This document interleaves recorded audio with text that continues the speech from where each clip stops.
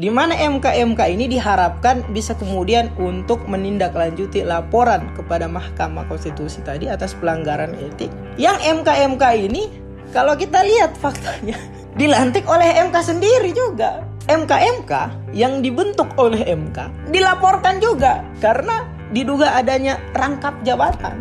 Sehingga mungkin alat tukarnya ya bukan hanya soal sejarah telah PDIP telah memenangkan Jokowi, tapi mungkin ada permintaan Jokowi di balik dari pertambahan keinginan PDIP, gerakan-gerakan tambahan dari PDIP. Misalkan ya, yang paling saya curigai kenapa hari ini Pak Jokowi akhirnya mengambil sikap berani melawan PDIP, bukan hanya karena PDIP menolak wacana 3 periode, bukan hanya Ibu Megawati yang menolak isu pertambahan jabatan Presiden Pak Joko Widodo, tapi mungkin saja Pak Presiden Jokowi bilang ke Megawati, Bu, setelah saya alumni, setelah saya selesai dari periode kepemimpinan menjadi presiden, izinkan saya untuk mengetuai Partai Demokrasi Indonesia.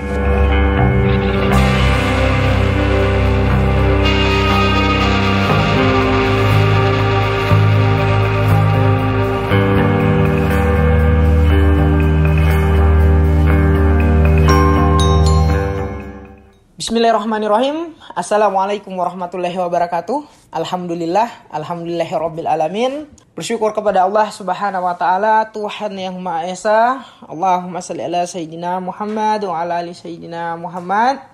Tidak lupa terus bersolawat kepada Rasulullah sallallahu alaihi wasallam. Amin ya rabbal alamin. Sahabat-sahabat Bloko Suta Channel, gimana kabarnya ya? Sudah lama kita tidak bersilaturahmi ya, meskipun melalui video ya, sahabat-sahabat sekalian. Saya doakan semoga terus dalam keadaan sehat walafiat, semangat, optimis, dan terus dalam lindungan Tuhan yang Maha Esa. Sahabat-sahabat Bloko Suto Channel, kembali lagi di Bloko Suto Channel ya, dalam pembahasan berita populer bersama saya yang sampai hari ini belum populer. Kali ini saya sendiri tidak ditemani Mbak Lia. Begitupun sebaliknya dalam video yang sebelumnya kami buat, Mbak Lia sendiri saya tidak menemani gitu. Karena memang beberapa hari terakhir ini kami sedang dalam kesibukan yang tidak berkenaan ya.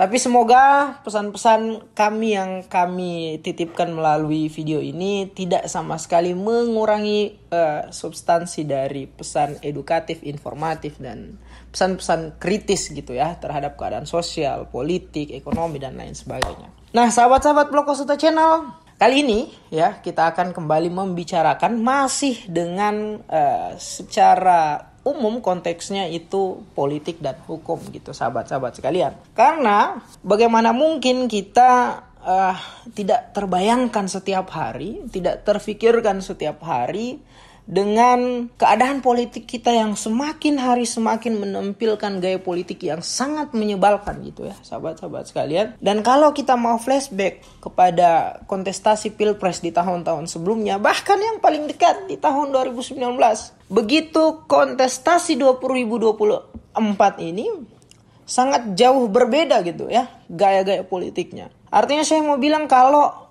kontestasi kali ini ya ada hal-hal yang cukup menyenangkan tapi lebih banyak menyebalkannya gitu sahabat-sahabat sekalian. Banyak pula hal-hal yang cukup mengejutkan, mengagetkan gitu ya. Termasuk kita lihat hari ini Pak Presiden Jokowi kemarin melalui bagian dari tim pemenangan Prabowo Gibran mengklaim bahwa Pak Jokowi resmi bersikap pilihan politiknya kepada Prabowo Gibran gitu. Dan seketika pengumuman ini sontak disambut dengan berbagai macam komentar sinis dari kader-kader PDIP ya, yang meskipun sebelumnya juga sudah banyak memberikan komentar sinis gitu, membahas politik dinasti, membahas bahwa bagaimana Pak Presiden Joko Widodo menggunakan instrumen negara untuk kemudian dengan mudah meloloskan putra kesayangan, putra mahkota gitu sahabat-sahabat sekalian. Untuk hari ini kita lihat telah resmi terdaftar di KPU sebagai salah satu pasangan calon presiden dan wakil presiden sahabat-sahabat sekalian. Nah, yang menarik apa? Tadi saya sudah sedikit menyinggung kalau kontestasi Pilpres kali ini ya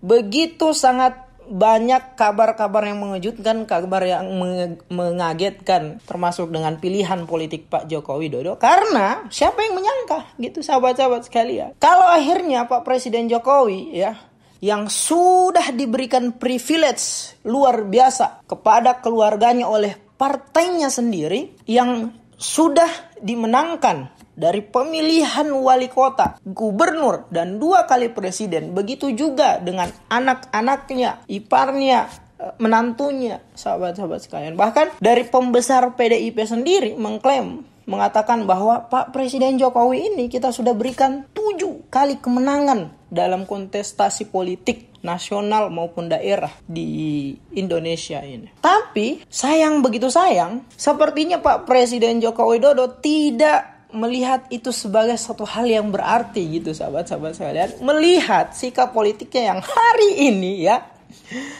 justru bersikap untuk memilih Prabowo Gibran melawan partainya sendiri, yang notabene kita ketahui partainya juga kan sudah meresmikan calonnya, yaitu Pak Ganjar Pranowo. Tapi entah mengapa ya, konflik internal seperti apa yang benar-benar terjadi di dalamnya, meskipun masing-masing pihak ini klaim dan saling mengklaim gitu ya. Dari PDIP punya perspektif tersendiri dari kubu Pak Jokowi, meskipun tidak disampaikan oleh mulutnya langsung, tapi kan kita dengar juga spekulasi dari kubu-kubu Pak Jokowi ini, kenapa akhirnya mengambil sikap untuk berani melawan partainya sendiri. Nah, tapi yang aneh ya sahabat-sahabat sekalian, yang yang memantik terus pertanyaan kita, yang menjadi keheranan kita gitu. PDIP tidak punya sikap yang bulat sahabat-sahabat sekalian untuk bersikap tentang pilihan politik Pak Jokowi hari ini. Tidak ada ketegasan dari apa yang Pak Jokowi lakukan hari ini.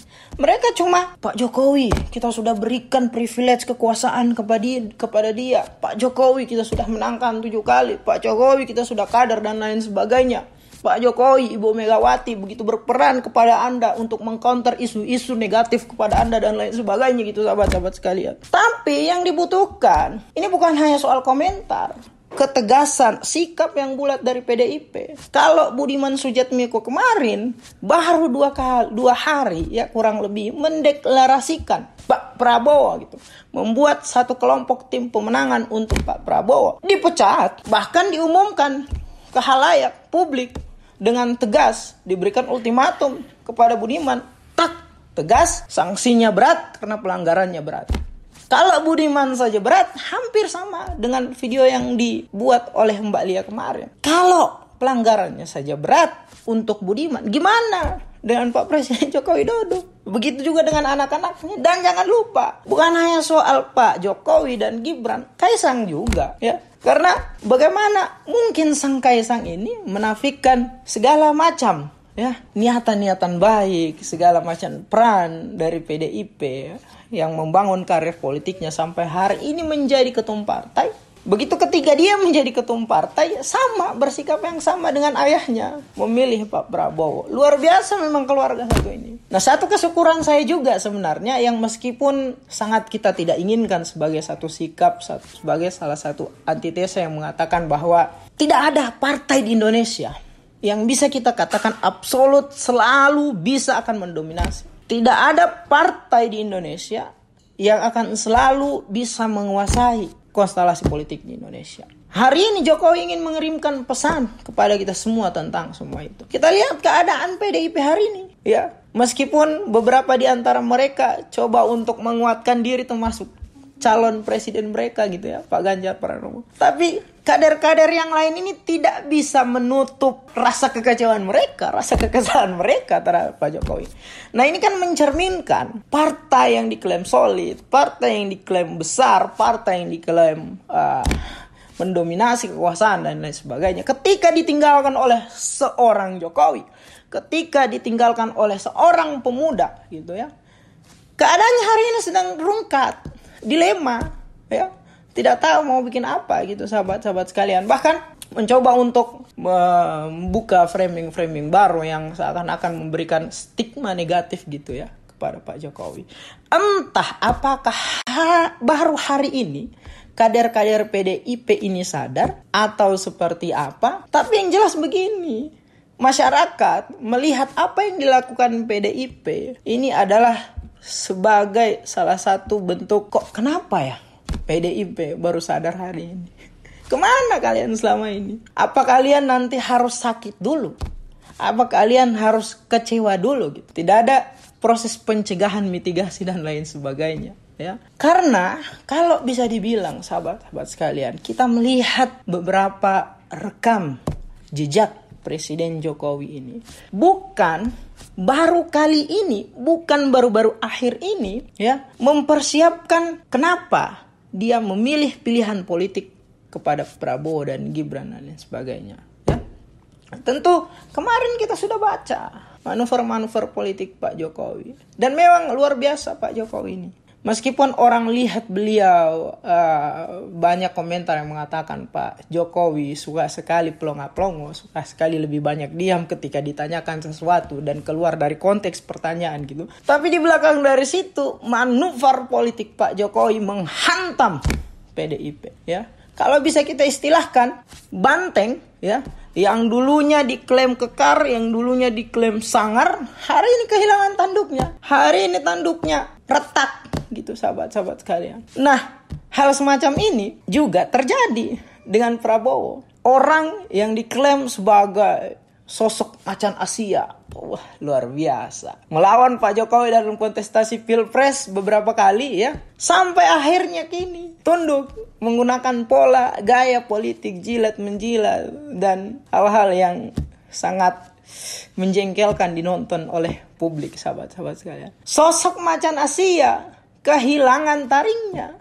Kita lebih melihat Pak Prabowo dengan gaya politiknya seperti itu lebih terkesan sebagai kucing garong di pinggiran emperan jalan yang suka mencari suaka makanan gitu sahabat-sahabat sekalian. Sama dengan gaya politik Pak Prabowo yang sampai hari ini gitu, ya. Suka sekali mencilat, suka sekali memuji-muji Pak Jokowi, ya. Bahkan tidak malu-malu mengatakan, menggunakan nama Indonesia Maju Jilid 2 sebagai nama koalisi mereka gitu sahabat-sahabat. Bahkan tidak malu mengangkat Gibran sebagai cawapresnya. Ya. Nah, tapi kita keluar dulu dari situ karena ada yang lebih penting dari itu, bagaimana kita memahami memang selama rezim Pak Jokowi ini keadaan negara dalam konteks kekuasaan tidak begitu seimbang sahabat-sahabat sekalian. Dalam perumusan konsep negara kita kan dulu itu waktu saya masih sekolah, bahkan di tingkat SMP pun saya sudah dikenalkan dengan satu konsep yang bernama trias politika oleh Montesquieu itu. Di mana negara dibagi dalam 3 kekuasaan agar setidaknya, ya, di antara masing-masing lembaga negara ini bisa saling mengontrol.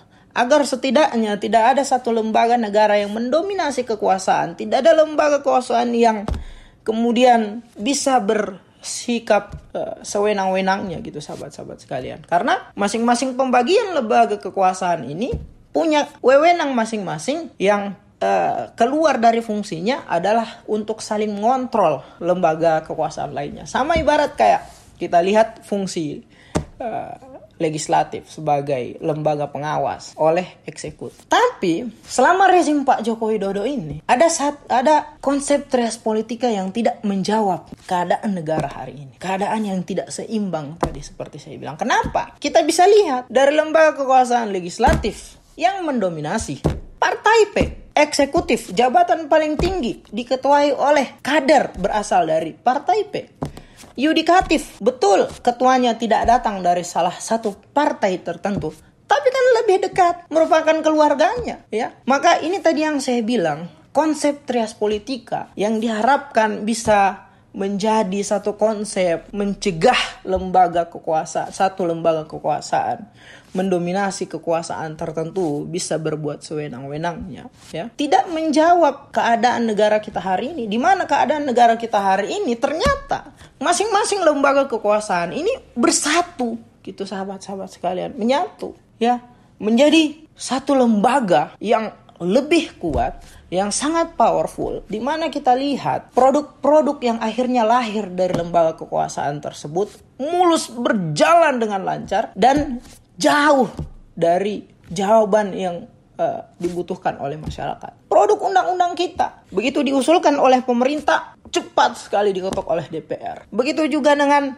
inisiatif pembuatan aturan undang-undang yang datang dari DPR, dengan mulus ditandatangani oleh pemerintah. Yudikatif lebih parah lagi. Kita lihat kemarin keputusan nomor 90 oleh MK yang sangat mencederai proses mekanisme penetapan hukum kita ya, sahabat-sahabat sekalian. Undang-undang ASN, Undang-undang Cipta Kerja, Undang-undang Kesehatan, ya. Produk-produk hukumnya, produk-produk yang tidak banyak melewati gemblengan gitu, sahabat-sahabat sekalian. Karena di tataran mereka itu tok saja, ya. Nah, pada video ini juga saya sedikit ingin bilang kepada sahabat-sahabat sekalian kalau lucu ya memang di rezim Pak Jokowi ini, bahkan yang paling dekat-dekat di hari ini, bisa kita bilang di rezim Pak Jokowi ini banyak mencetak sejarah yang di luar nalar kita, di luar pikiran kita, dan sejarah-sejarah yang negatif. Saya bisa bilang gitu, sahabat-sahabat sekalian. Kenapa? Karena termasuk dengan lembaga Mahkamah Konstitusi yang hari ini mendapatkan penyematan sejarah baru. Baru di rezim Pak Joko Widodo, lembaga Mahkamah Konstitusi ya, lembaga yang sangat dihormati, lembaga yang sangat dimuliakan, distempel sebagai lembaga yang paling ribet, sahabat-sahabat sekalian. Beberapa faktor dan pendekatan yang bisa kita gunakan gitu.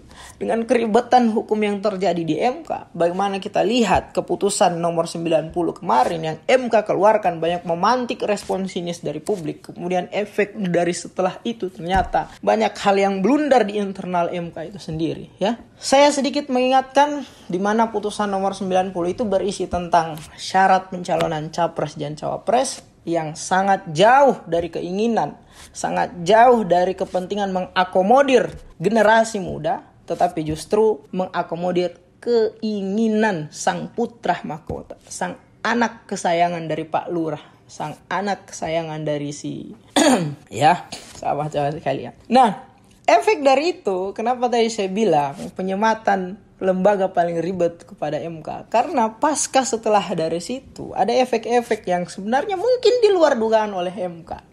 Satu, baru di tahun politik kali ini pertandingan sudah dimulai, aturan baru dibuat. Kan ini dagelan untuk kita semua, sahabat-sahabat sekalian. Ya gimana pertandingan itu kemudian bisa menjadi satu pertandingan profesional ya, yang punya sistem membatasi hal-hal yang tidak kita inginkan kalau aturannya saja baru dibahas. Termasuk kan nomor 90 ini. Betul, kalau putusan MK ini inkrah. Tapi kan setelah itu kita lihat banyak respon-respon, banyak jalur-jalur hukum yang ditempuh untuk kemudian menguji kembali nomor 90 ini. Akhirnya kan sudah mulai pendaftaran, baru akan dibahas. Bahkan kemarin di rapat Komisi 2 DPR RI baru ditetapkan keputusan ini dimasukkan dalam PKPU yang otomatis berlaku di tahun 2024. Tidak sampai di situ. Kan saat ini sementara berjalan gitu. Sidang MK ya yang menguji kembali gugatan, yang menguji laporan dari masyarakat terkait dengan pelanggaran etik oleh MK, terkait dengan adanya permintaan pengunduran oleh MK gitu. Itu tadi satu ya. Yang kedua, Mahkamah Konstitusi ya dilaporkan akibat dari satu kelompok yang menerima, yang memutuskan keputusan nomor 90 tadi ini. Ada juga kelompok yang menolak tetapi juga dilaporkan. Jadi semua hakim MK ini yang menerima keputusan, yang memutuskan dilaporkan karena pelanggaran etik dan ada permohonan untuk mengundurkan diri. Ada juga yang menolak ya gugatan tersebut dilaporkan karena secara gembleng bilang ke khalayak kalau merasa aneh keputusan MK dan lain sebagainya. Nah ini kan lucu, hakim MK dilaporkan. Nah yang ketiga, tindak lanjut dari laporan ini yang kepada MK tadi akhirnya ditindaklanjuti oleh MK sendiri dengan membentuk MK-MK. Di mana MK-MK ini diharapkan bisa kemudian untuk menindaklanjuti laporan kepada Mahkamah Konstitusi tadi atas pelanggaran etik. Yang MK-MK ini kalau kita lihat faktanya dilantik oleh MK sendiri juga. Gimana logikanya ya? Orang yang mau memutuskan apakah MK melakukan pelanggaran etik Sementara dia juga adalah orang yang dilantik oleh MK juga gitu sahabat-sahabat sekalian. Nah, tidak sampai di situ. Yang selanjutnya, poin nomor 4, MK-MK yang dibentuk oleh MK dilaporkan juga karena diduga adanya rangkap jabatan. Nah, rangkap jabatan ini kan parah gitu ya. Karena kita tahu salah satu orang yang tergabung dalam MK-MK, Majelis Kehormatan Mahkamah Konstitusi, Pak Jimli Siddiq, beliau merupakan anggota DPD RI, juga kemudian hari ini diangkat sebagai MK-MK. Nah, di situ letak rangkap jabatannya, sahabat-sahabat sekalian. Nah, jadi mulai dari proses memutuskan oleh MK sampai dengan ia memutuskan, efek-efek dari keputusannya, sampai dengan orang yang ingin mengadili MK, semua luar biasa mempertontonkan hal yang lucu gitu sahabat-sahabat sekalian. Apa ya? MK dilaporkan, hakim yang menolak dilaporkan, hakim yang memutuskan atau menerima dilaporkan, kemudian yang menindaklanjuti laporan kepada MK juga dilaporkan. Belum lagi keputusan peraturan kemarin yang hari ini masih menggantung sifatnya. Kenapa? Karena tentu saja pasti kita akan dibikin bingung lagi. Kalau misalkan MK-MK nanti memutuskan bahwa Mahkamah Konstitusi telah melakukan pelanggaran etik. Oleh karena itu, hakim-hakim Mahkamah Konstitusi diminta untuk dilakukan pemecatan secara tidak terhormat. Nah, gimana keputusan kemarin? Karena kan semua apa yang diputuskan oleh MK-MK ini berdasarkan putusan MK di nomor 90 tadi ini. Ya tentu ini semua berkesinambungan. Nah, ini kan lucu sahabat-sahabat sekalian gitu. Nah, tapi terlepas dari itu sahabat-sahabat sekalian, ada jokes yang lucu berkaitan dengan logika berpikir dari keputusan yang dibuat oleh MK kemarin gitu. Setelah saya scroll video di TikTok, ya saya dapat ada video pendek. Seakan video pendek itu ingin berpesan kepada kita bahwa logika berpikir dalam menetapkan hukum di Indonesia ini sangat inkonsisten, sangat tidak prinsipil itu sahabat-sahabat sekalian. Bagaimana kita bisa lihat contoh yang lainnya ya. Kalau persyaratan pencalonan presiden saja ya tidak menegaskan batas usia, tetapi juga memberikan alternatif kepada pengalaman seseorang gitu sahabat-sahabat sekalian. Bagaimana dengan surat izin mengemudi? Ya tentu saja kalau kita menggunakan logika berpikir yang sama, boleh saja sebenarnya ada bocil-bocil yang mengendarai motor, mobil di bawah umur 17 tahun, tapi dia sudah terbukti punya pengalaman sebelumnya pernah membawa mobil, menaiki motor ya sahabat-sahabat sekalian. Nah, di lain sisi, lucunya ada di mana? Di undang-undang pernikahan. Gitu. Jadi kalau menggunakan logika berpikir yang sama, boleh saja bocil-bocil di bawah 17 tahun menikah, tapi sebelumnya sudah punya pengalaman menikah. Kalau tadi SIM, bagaimana mengukur pengalamannya nih? Kalau menggunakan logika berpikir yang sama, ya kasih aja dia motor. Dia bisa naikin atau tidak. Tapi kalau untuk menguji pengalaman seorang menikah, apa yang mau didodorkan kepada dia untuk dia naiki gitu sahabat-sahabat sekalian ya. Nah, ini kan akhirnya jokes-jokes ini kemudian muncul karena adanya logika berpikir dari proses keputusan hukum kita yang inkonsisten dan tidak prinsipil. Kadang-kadang kita dalam memutuskan keputusan hukum terlalu adaptif dengan bukan situasi dan kondisi, tapi kepentingan dan fulusnya tentu sahabat-sahabat sekalian ya. Nah, sahabat-sahabat Blog Osuto Channel, kalau kita tidak melek, kalau kita tidak perhatian, entah dalam bentuk apapun, pun sebenarnya melalui pembuatan video ini saya masih melihat ini adalah satu peran yang sangat sedikit gitu ya, untuk kemudian mengkanter manuver-manuver politik busuk, manuver-manuver politik maksiat, manuver-manuver politik jahat dari elit-elit negara kita, dari para tokoh politik kita. Tapi sekecil-kecilnya peran ya, sesedikit-sedikitnya peran, kalau kemudian dia digabung menjadi satu, pasti dia akan menjadi bukit. Nah, penggabungan inilah yang saya harapkan datang dari sahabat-sahabat sekalian gitu. Ya. bahwa sahabat-sahabat sekalian juga melek, sahabat-sahabat sekalian juga tidak takut gitu ya untuk terus menyuarakan bahwa begitu bobroknya ya elit-elit politik kita ini dalam mempersiapkan kursi-kursi kekuasaan mereka. Jokowi sebelumnya kita dikagetkan ya, seperti tadi yang di awal tadi saya sampaikan. Tapi kalau balik lagi dalam pembahasan Jokowi ini, ada yang menarik sahabat-sahabat sekalian. Tentu kita bisa menggunakan peribahasa. Sikap saya kepada Anda adalah tergantung sikap Anda kepada saya. Jadi kalau ada yang mengklaim, yang mengatakan bahwa Jokowi pengkhianat karena telah diberikan segala macam privilege, kekuasaan, fasilitas dan apapun itu ya dalam konteks kekuasaan bernegara, dalam konteks politik gitu. Tapi akhirnya dia berani melawan partainya sendiri. Nah, mungkin peribahasa tadi bisa kita gunakan dalam pendekatan kasus ini. Jokowi kan tidak mungkin secara gamblang, secara langsung bilang kalau sebenarnya sikap saya adalah tergantung sikap Anda kepada saya. Ya mungkin saja sebelum-sebelumnya sudah ada gaya-gaya politik, sudah ada keputusan-keputusan, kebijakan-kebijakan yang dikeluarkan oleh PDIP sendiri atau kubu yang merasa dikhianati itu telah berkhianat sebelumnya kepada Jokowi gitu sahabat-sahabat sekalian. Sehingga Jokowi hari ini melakukan sikap pengkhianat yang mengecap pengkhianat tadi lakukan kepada dia. Bukan tidak mungkin, kan dalam beberapa pidato Megawati ini selalu tampak mengusik wajah Jokowi.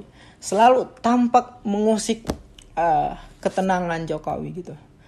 Selalu dalam pidato-pidato Megawati ini tidak memperlihatkan adanya penghormatan yang selayaknya presiden gitu ya kepada Pak Jokowi. Mengatakan Pak Jokowi petugas partai, mengatakan dan meminta secara belak-belakan gitu dalam pidatonya sambil ketawa-ketawa. Pak, kita tidak mau menteri kalau tidak 4. Kok orang lain dikasih, kita yang memenangkan, kita cuma sedikit dapat jatah menteri gitu ya.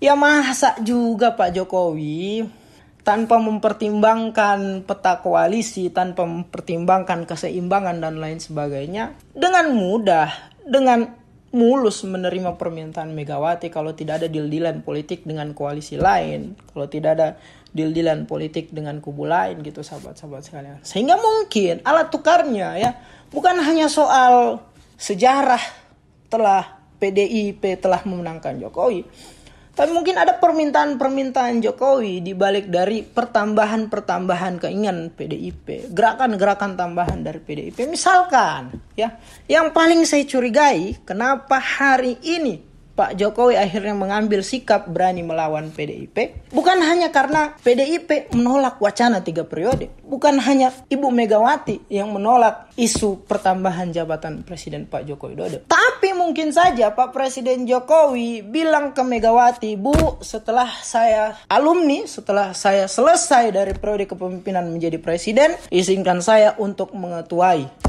Partai Demokrasi Indonesia Perjuangan. Ibu Megawati harus sudah istirahat, harus sudah lebih santai, harus sudah lebih rileks. Di umur yang sudah tidak lagi muda seperti ini, tidak usah lagi memikirkan partai, Bu. Tidak usah lagi memikirkan problematika negara dan lain sebagainya. Izinkan saya. Tapi di pertengahan jalan, mungkin jawaban Ibu Megawati ini, ya Pak Jokowi, saya pertimbangkan permintaan itu dan lain sebagainya, hingga akhirnya Ibu Megawati tidak mau.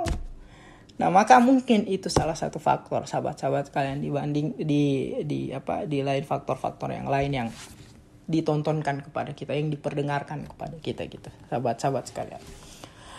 Tetapi intinya ya, terlepas dari berbagai macam kepentingan elit-elit politik Pak Jokowi, Ibu Mega, Pak Prabowo, dan lain sebagainya, saya berharap kepada sahabat-sahabat sekalian, kita semua ya, meskipun situasinya kita bisa lihat sulit untuk berubah gitu, meskipun perubahan itu harus kita lalui dengan jalan yang panjang dan terjal, sahabat-sahabat sekalian. Tapi pertanyaan saya, apakah diam itu lebih baik ketimbang kita mencoba meskipun gagal, sahabat-sahabat sekalian. Berikan komentarnya. Demikian dari saya. Salam perjuangan. Wassalamualaikum warahmatullahi wabarakatuh dan jangan baper.